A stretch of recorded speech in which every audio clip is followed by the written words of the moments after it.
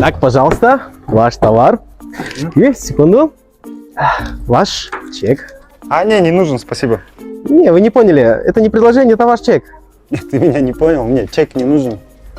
Нет, вы не понимаете. Единственная причина, почему он печатается, это потому что вы что-то купили. Поэтому возьмите чек, пожалуйста. А может, перед тем, как его печатать, ты у меня спросишь, нужен вам чек или нет? Но по законодательству я должен его распечатать, а по законодательству вы должны его взять. Ты не понял. Я в этой жизни никому ничего не должен, понял? Нет, должны. Нет, не должен. Нет, должны. Нет, не должен. Именно чек. Ладно. Поздравляю вас с покупкой. Вот видите, никаких проблем нету. Я тебе говорил, мне чек не нужен. Ну, А, вот так, да? Да. Слышу вас.